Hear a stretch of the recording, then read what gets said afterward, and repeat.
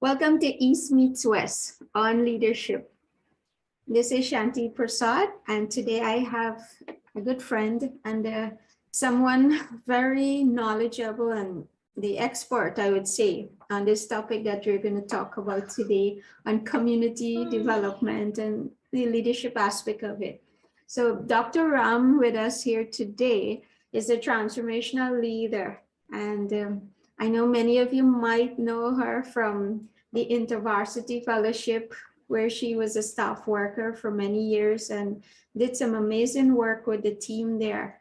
And then also as a national director for the Child Evangelism Fellowship of Guyana, also being part of starting other chapters in the Caribbean, like St. Lucia, St. Vincent, and St. Vincent, and the Grenadines, St. Kitts, Trinidad, Dominica, so many places. Vida would have had a chance to touch and also add value in those areas. I know Vida has started her own business, Catalyst Consulting, which she'll talk more about that as we go through.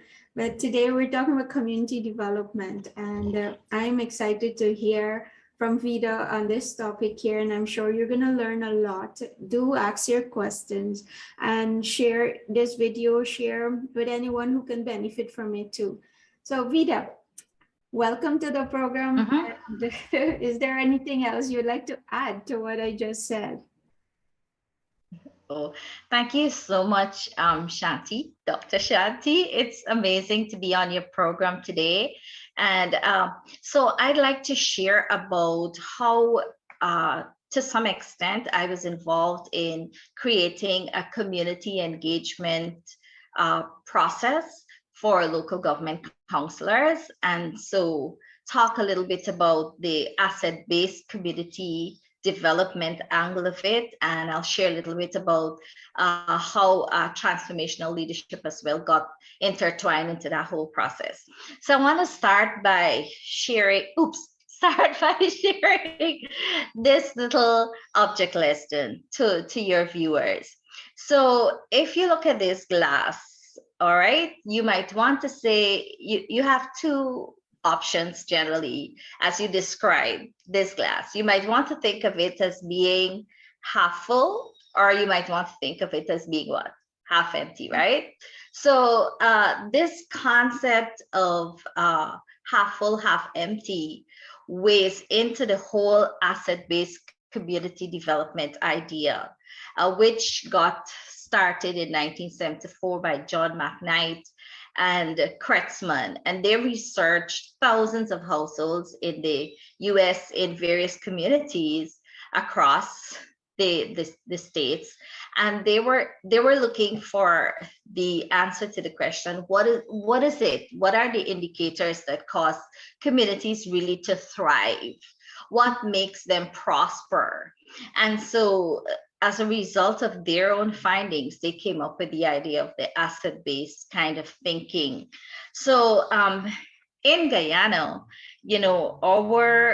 our constitution says something, and I'm going to quote from Chapter 7, Article 71(1), and it states that local government is a vital aspect of democracy and shall be organized so as to involve as many people as possible in the task of managing and developing communities in which they live.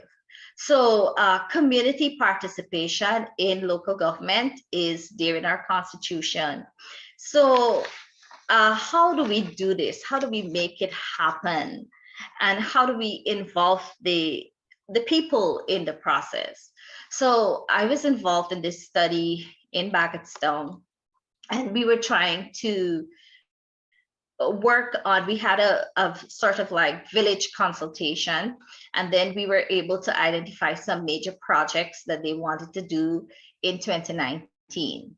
And so as a result of that consultation, we got together to work with counselors and with the small community group.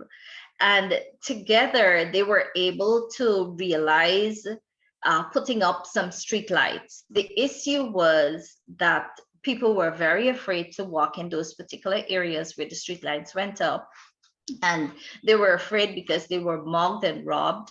And so the citizens, I can remember one particular incident when I went into the community just to do like the research in terms of the gathering data of what's happening, how people feel about, their community, what is their desire, was it that they want to see happen, how are councils involved, etc. And so one lady said to me, Shanti, she said, Miss Ram, we have tried and tried and tried, and it seems as if nothing is working. We are failing. And then she said these words. She said, please don't make us fail again.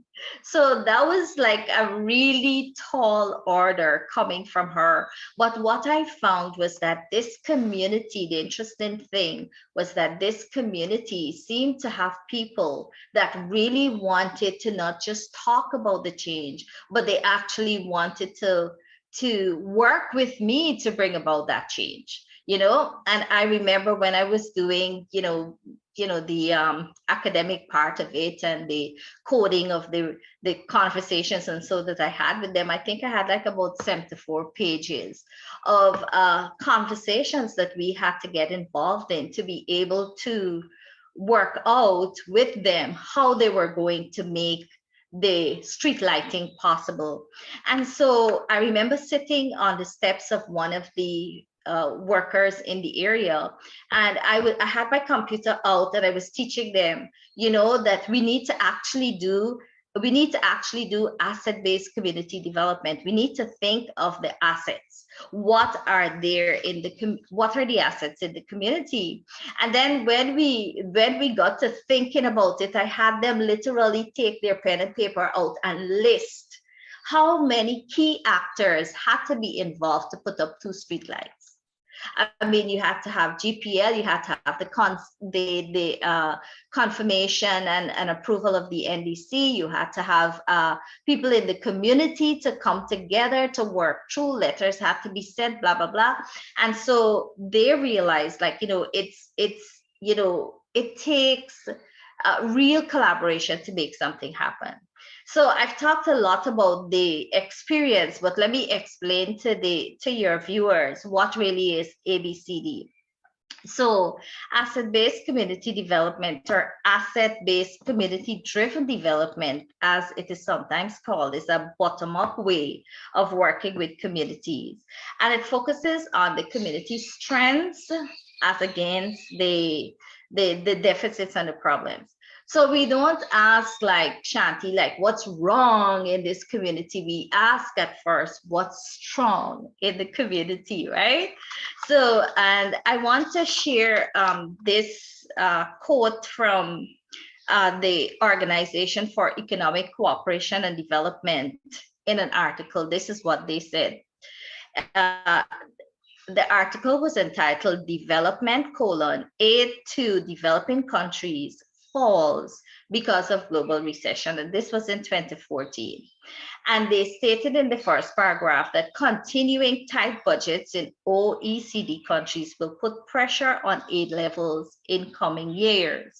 So in our context, we are, and of course that was 2014, we've had the pandemic. So, it stands to reason that, lesser aid is going to go for community development, so to speak.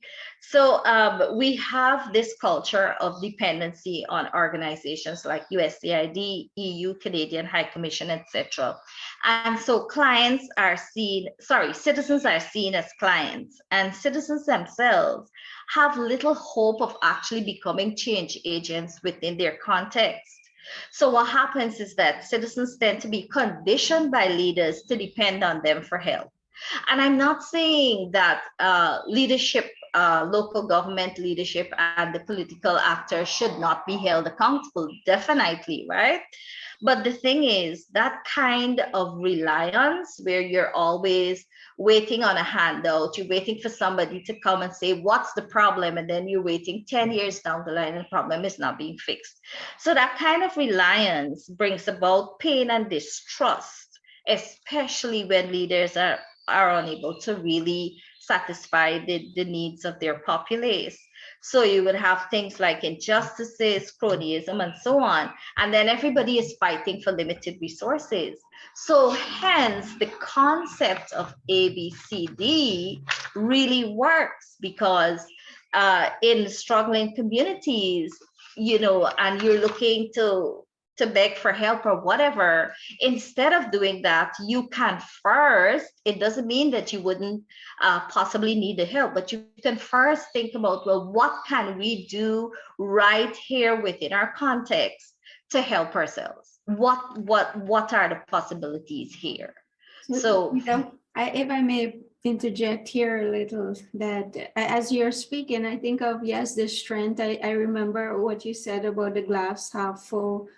And I could see, in our society, based on what you're saying, is that sometimes we could see all that we don't have instead of what do we have. And I want to share a little experience. I could remember doing a class, and in Fresno, our group, we were divided into group and went into the society in streets, actually walking, meeting with business owners and others on the street to hear from them actually what are their strengths, what is something that they can contribute towards their community here, and how, I could remember we taken information, we taken their names, what is it that they could do, and then bringing it back to map it on a chart actually of the community, who's where, what is where, and bringing that data together.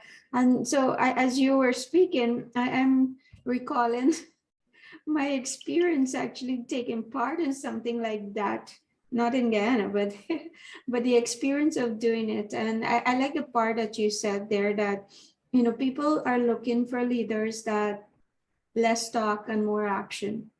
Now we can see that playing out in many organizations, many parts, that it's a lot of talk. And so that your leadership style is coming out here too, is, do you talk more than you do? And your people are looking at that, oh, you're just all talk, they don't bother with you, and whatever, and they move on. But a leader that takes action, and that's what I'm hearing from you, somebody who went and did something, right, with the people, identifying their strengths and then taking action. So tell us more about that. Yes, thank you so much. And we actually did the asset mapping like you did in Fresno, California. So we did the same something similar. So I remember taking up a counselor to talk with this lady who is, I think, a real community activist. She's really concerned. She's been concerned for a while. So when we went there, our questions weren't like, what are the problems? We would have heard about drugs. We would have heard about single parents. We would have heard about all the things that we already know. So we shifted the questionnaering part of it to ask, was there a time that things really worked in this community?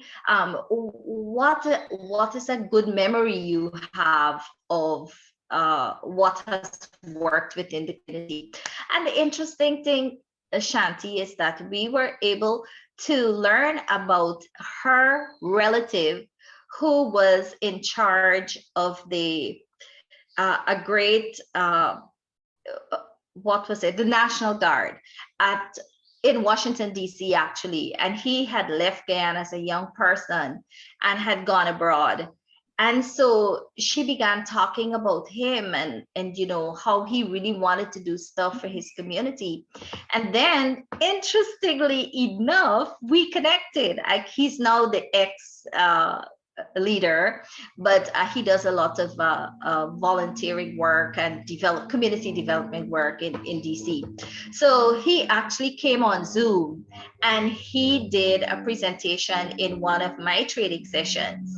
And think about it, who would have thought that I would have had somebody of this caliber coming to talk with the counselors, the small group of counselors that I was working with to see transformation. So if we had gone about talking about the teenage pregnancies and the people who want handouts and the drugs around the corner, whatever, we would never have landed on this sort of a gold mine of a person. So I remember talking with him, and he was asking me, well, Vida, what do you want to see happen? And we talked a lot about collaboration, and he talked about collaboration there in DC with the Army and the National Guard and communities. And so that was what he focused on in that teaching session. So it works to really help people to see the positive side of things first, to see what they have. So you create some level of dignity. I know that sometimes leaders tend to think, well, you got to give them something. If you don't give them some music, or give them some food, or give them some clothing, or give them some items, they're not going to be there for you. They're not going to respond to you. But the thing is, do we really want to develop mendicancy, this handout mentality, or do we want to develop flourishing communities and people who would be proud, right? Uh, are Yes, you hearing me loud and clear? yes. You're far from, Yeah. but I can hear you. Good. So I was thinking too that people might want to know, your viewers might want to know, so like, what do we consider assets in the community? So each person in the community is an asset. That's something I remember when we went around to talk to somebody. He said, well, I'm an electrician, and I do this kind of work. I said, but would you be willing to help us to do something within the community? And he said, of course. So there were, I think, out if we would have talked to maybe about 15 to 20 people on that one visit, most of them would have said, well, yes, I want to do something to help my community. So a person and their gifts that they would have, and then local associations, because there's the Bagotstown Football Club, there's the Child Link, neighborhood institutions, business, not-for-profit, and government. So there's the big mall there. There's all kinds of shops and stores. There's the big M&Ms. So there are a lot of neighborhood institutions that are assets to the community, and then there are physical assets like the actual land that's there. And then the kind of exchange that you would have between neighbors, the giving and the sharing. Because I remember when I was talking to one of the community workers, she said that there are a number of families and their children who may not even have like a meal. And so she has a way of somehow knowing what's happening and reaching out. So that kind of exchange, that the kind of, let's say, community connection. And then, of course, the stories and the culture and the history. So all of these things are major assets, in terms of determining, well, what can we do? So first we have to find out who is there, what are they doing, and I'm going to bring in the concepts of contextual leadership. Because if a counselor doesn't know his context effectively, then he wouldn't be able to ascertain what the problem is. And if he just goes once a year or once every 3 years for a walk around to look and talk to people, then again, that person wouldn't, be able to really understand what's happening. So the tied to this asset-based community development idea is the concept of being a contextual leader, understanding what's going on, seeing who are the movers and shakers in the community, seeing people who really need, and then doing what you mentioned earlier, doing that asset map so that you can have a layout of what's happening in your community and where are the strengths. Yep. So as you were speaking there, I thought of, as leaders, how important it is to keep checking in, and regular check-in, not just, as you said, 1 to 3 years after, but regular check-in. And the other aspect is to know your people. As who are the people are you serving? Do you actually know who they are? Do you know, as in know them? What are they good at? What are the things that, oh, maybe I don't have the resource to do this particular thing, but someone right in my village, my community, actually have that resource, and I might not even know about that. And so, oh, how can I connect these people? How can I bring them together so that you can be served? But so it's as a leader, and I know your entire research was on from the community side and the counselor side, and as leaders from that perspective, how you're serving your people. And though as leaders, many of these aspects goes for any leader in any area that you're leading from. And so thinking about it's, as leaders, how well do you know your people? Do you invest the time, to go do that walkabout? We see that happening with some of our leaders, where they go and check in, hear from the people, let them know that you do care and you're there for them, and not just listen to, is to go take action. Yes, this is what's happening. Okay, how can I help also make this happen for others in the community, whatever it is that is coming out. So yeah, I love this asset-based community development model that we have learned through our study. But Vida, one aspect too that came to my mind in a few, that as you were speaking, I recall reading a book called When Helping Hurts. And when you talk about the handouts and all of that, I just went back to that book, and that book really opened my eyes, because I thought, when people are in need, to jump and just give them some handout, give them something, whatever they need, instead of helping them, more like giving them, the training to go fish so that they could fish for their life, instead of me giving them the fish. And I think back of this book, and then I could have understand that sometimes in just giving people exactly, they want this, so they need money for this, they need something for this, that by doing that, you're hurting them instead of helping them. And so I know that you're some aspect that you're talking about, that just recall back, when you talk about, it's not about giving handouts, but how do we enable people to be able to take steps and not wait for others to take the step? How can you lead from whatever angle you're at? It doesn't matter. You don't have to be some big position or anything, or just a simple seamstress, just a simple person that maybe sells on a street corner, whatever it is. It maybe a housewife. It doesn't matter your strength, where you lie, and what can you do with it.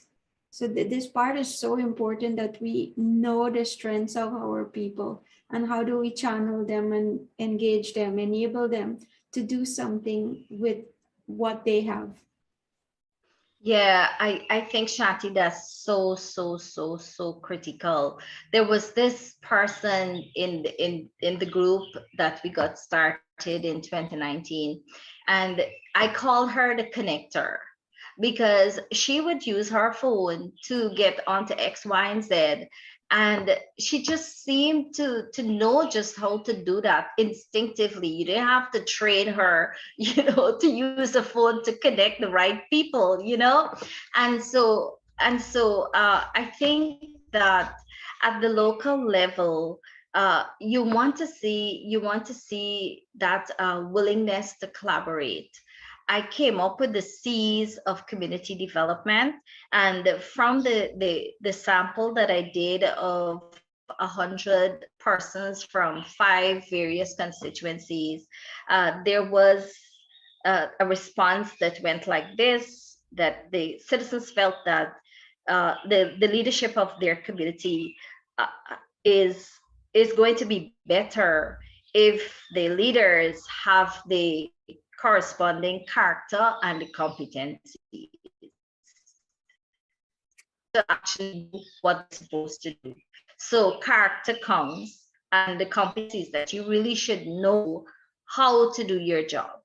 and hence the need for training and development, but not training and development for us to pose with a lovely certificate to say I've done this or done that, but training and development that actually pushes, motivates, and activates, I would want to say, the kind of chain of events, that would lead to visible development. So from out of the research, uh, I learned that 6% of the people really understood or really had some inkling of what local government leadership was working on. Just 6%. And so there's that need for, again, communication, the next C, right? And then there's also another response that came out, that citizens themselves felt, well, we're not interested, we're disengaged, we don't care, we've tried to do this and that and it doesn't work. So there is what I call the citizen indifference. And so leadership at that level would have to connect. There's the need for connection. And then some citizens felt that there was a disregard for the mandate that the local council has. That, as we would say in Guyana, you do your own thing as against doing what you're supposed to do. So there's need for collaboration, there's need for communication, there's a high need for character, and there's the need for care, like real concern, and so oftentimes the local government leaders, are councils specifically, remember, they're not paid, they're not full-time workers. And so the reality is that they are dealing with their own personal challenges and other challenges. And so those things also bear into whether or not something or the other gets done. And then of course the competency. Do we know how to be effective policy decision makers? Do we know how to be community leaders? Do they know how to be effective stewards? How to manage finances, how to connect with people. But I think if I were to focus on one major thing that would be like a trigger for all the other C's, I would just say that human compassion or care, that spark within you to say, well, I wonder if I can do something different. I wonder what I could bring. And in my case, I was a researcher. I did not have any kind of power, so to speak. So the people who had the power, were, in their own, grouping, so to speak. So I was coming from the outside in, which usually doesn't happen. But then, Linticum, I don't know if you had read one of those BG books, Transforming Power by Linticum. So he talks a lot about relational power. So this is where you really care and you want to make a difference. So I think for people who are local leaders, that's one of the powers that they've got to learn, because positional power doesn't work if you don't have the competencies. You can just be like a sitting duck there, saying amen to everything or being silent. You know what I mean? Yep. I see you. Yep. I'm hearing you. And, Vida, this is really interesting. And the care, I do believe, yes, you said that some of our leaders, like especially in this area here, it's all volunteer work. And for you to do this, it's also your mindset around this here now. Because do you love what you do? Why are you doing this? Why did you get into this in the first place? And what was burning in your heart when you got into this, so that you keep that flame going, that, okay, how do I develop? I'm not going to just sit back and watch and do nothing. What can I do? What can I start with? And so that drive, and I want to say, as you said, care. The care of the people, and as leaders, I always remember this saying that people don't care how much you know unless they know how much you care. And so demonstrating the care in the people, doing the things that you said you will do. Why did you get into this? What is your role here? And if things, that part is not clear for you, then go and make it very clear so that you know why you're there and what you're supposed to do in serving the people, right? And I do love this model, and the lessons that is coming out from this discussion here that many can take into consideration, whether it's on a project, whether it's just whether it's a big aspect that you're leading a big team or a big community, whatever it is. As a leader, these little things that will matter in the end, because it's human beings we're dealing with. It's people. They want to know you as a leader do have the competency in what you're doing. And I always say, if you don't know, go and ask, go learn. I do believe if you don't know something, just go Google it. You'll get multiple views. So there's no excuses of not knowing to. And so go learn, go develop. So Vida, is there anything else you want to add to what you are saying here with, before I ask you my last question, which is about what encouragement can you give to the community leaders from your side? What are some of the advice that you can give to them, or encouragement you can give to them? So yes, I was actually thinking along the lines of encouragement, and here you are talking about encouragement. So I went to Bamia, which is the first village that you enter in when you get to Region 10. And I met with Amerindian Council and an organization that focuses on indigenous peoples, and they were having their elections. And so I was observing and also listening to their stories and hearing how they evolved and so on. So there was this one woman who was involved in her community, really really going the extra mile and doing so much. And she said, she got to a point where she said, I've done so much, I'm just tired of the royal runaround, I'm tired of going. And then the people in my community don't understand that they too actually need to do something. They just can't sit and wait and expect something to happen. There's the need to agitate, to move, to think about what you could do. But you see, I think on the average, most people in communities, they blame, they shame, and they complain. All right, blame, shame, and complain. And so what we need to develop is a culture of, like, I can do it culture. I can make a difference. And the thing is, you don't have to be a Dr. Vida to make a difference, because I think there are numbers of people I can literally call their names who are making a difference, including counselors in their communities across the country. And they don't have amazing titles and have done, research and stuff like that. So I would say to people, if even if you're not on a council, but you are a young person and you want to see change and you want to make a difference, and you see that the playfield needs cleaning, or you see that there's like a lot of crime, or you see like the elderly people are in need, or whatever it could be, whatever socioeconomic issues, whatever issues, but whatever it is really causing you to think, well, I can make a change, I can do something. The first thing is to try to connect with others who are learning about how to bring about community change, right? And there are loads of groups. You could even Google ABCD.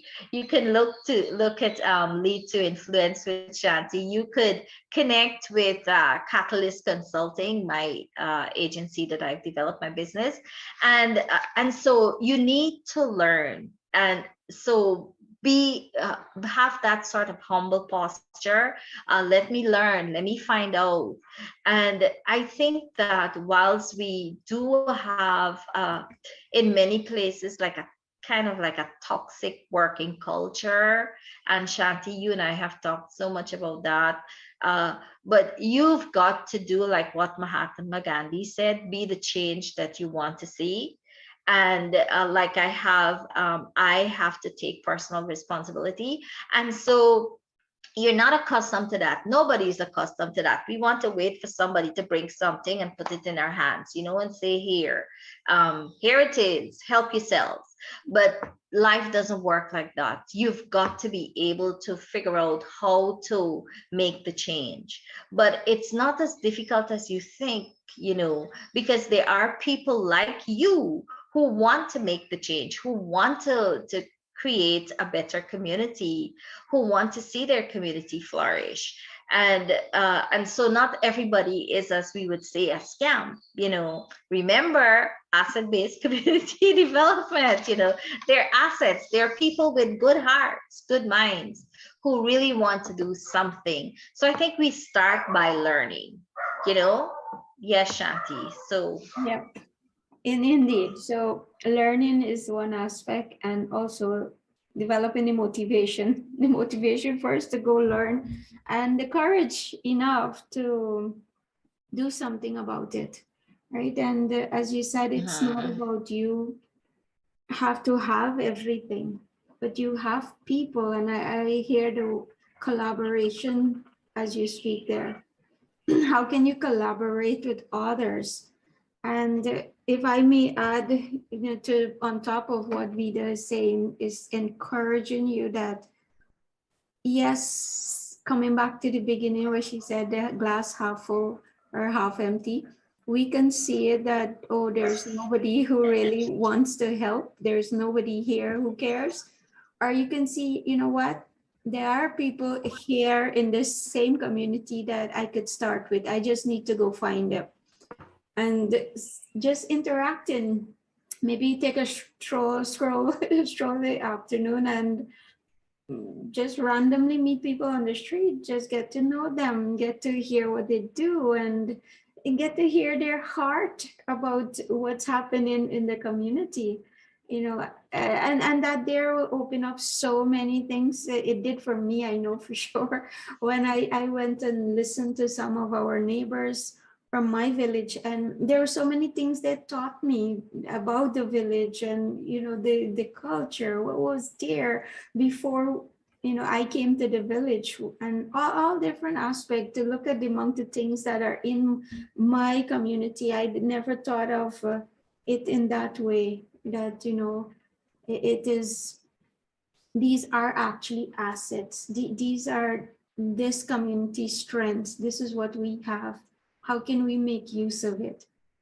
Right. And so don't see it as, look, there's no hope here. And Vida, I've spoken to so many people that speak like that. Why even bother? What are you trying to do? It's not gonna work. And why waste your time and your energy? This kind of thinking? But I want to encourage you that it takes small steps to see big changes happen. It wouldn't happen overnight, I do agree.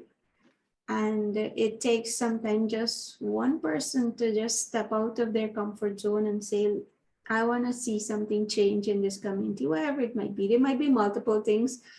Just choose one that is close to your heart and start with that, and rally the people around you that have the same sort of mind, the like-mindedness to see this thing change.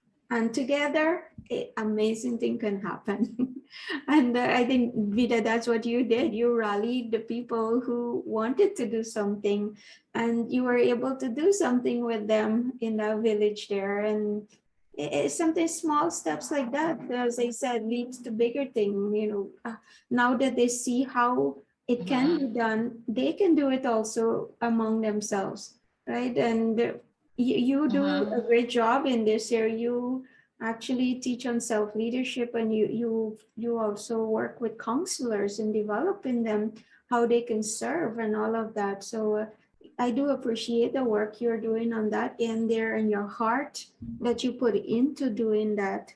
And so I want to thank you so much for your time that you put aside. I know you're very busy. It's been a while trying to get you, get a couple minutes out to you to do this. And so I really appreciate your time in doing this. Is there anything else you would like to say before we close the session today?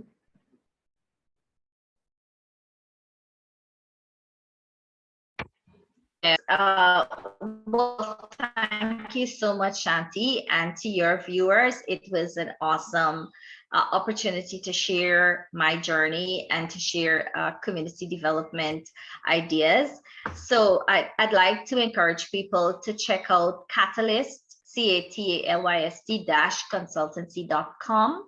That's where the business lives. That's the hub of it. And you're going to be exposed to some other innovative approaches that I have used over the last 4 years and more to be able to influence change. And I'm big on really empowering people. If we're going to take it into the place that it has to go, then we have to be able to build our talent. We have to be better at what we do. So for counselors in particular, please do feel free to connect, think, and act. I have a solutions-based approach for NDC transformation, and we do an appreciative inquiry to really assess what's happening. Then we listen to some particular concerns, and then we can map out a route as to what can be done. You know, Margaret Wheatley says there is no power to change greater than a community when it discovers what it really cares about. Okay, guys? So thank you again, Shanti. It's been great. Thank you, Dr. Ram, so my friend Vida. And so guys, share this video. I know there are others out there that can benefit. So you help us by sharing this video, comment on any aspect that you'd like to add to what we're talking about here today, so that you can add value also to others who will be listening to this this program here, and this time that we are investing here to share our thoughts with you. So be safe out there and see you in the next session. Take care. Bye-bye. Bye.